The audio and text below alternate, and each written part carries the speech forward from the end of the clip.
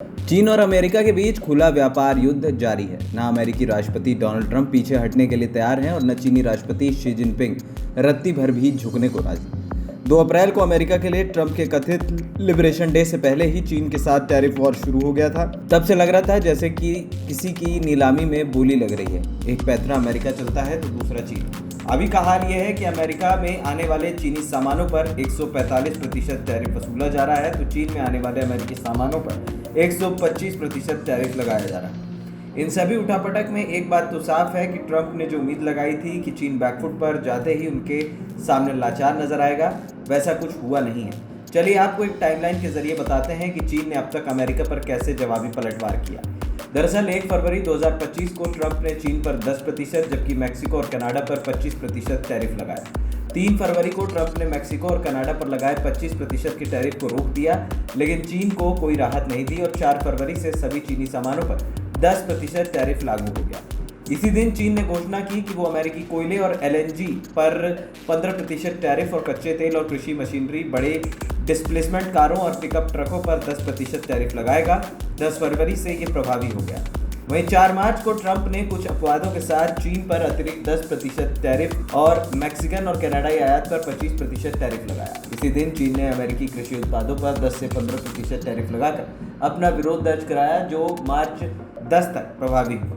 12 मार्च से अमेरिका के अंदर सभी देशों से आने वाले स्टील और एल्यूमिनियम पर 25% टैरिफ लागू हो गया।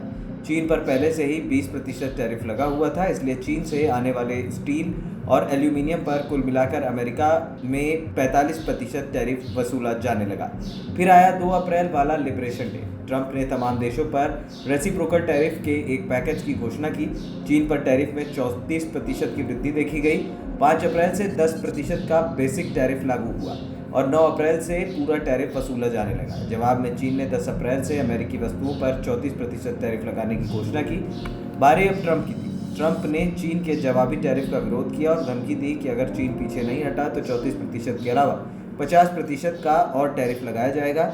9 अप्रैल को ट्रंप ने चीन पर सभी आयातों पर 84% अतिरिक्त लेवी लगा दी, जिससे कुल टैरिफ 104% हो गया।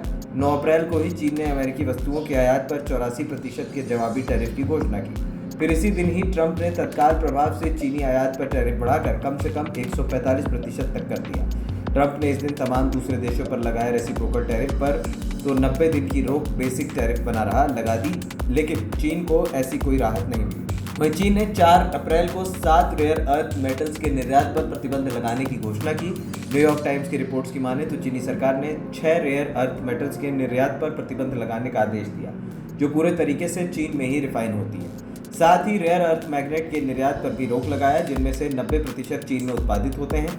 रेयर अर्थ मेटल्स और उनसे बने विशेष चुंबक अब केवल विशेष निर्यात लाइसेंस के साथ ही चीन से बाहर भेजे जा सकते हैं। वहीं 11 अप्रैल को चीन ने अमेरिका आयात पर अपना टैरिफ बढ़ाकर 125% कर दिया। 15 अप्रैल को चीन ने अपनी एयरलाइनों से कहा है कि वो अमेरिका की प्लेन वाली दिग्गज कंपनी बोइंग से जेट की डिलीवरी लेना बंद कर दे। साथ ही बीजिंग ने अपने एयरलाइन से अमेरिकी कंपनियों से विमान संबंधी उपकरणों और भागों को खरीद करने को निलंबित करने के लिए भी कहा है। यानी कि एक तरीके का टैरिफ वॉर अब बड़ा रूप ले रहा है। ANP टाइम्स की रिपोर्ट।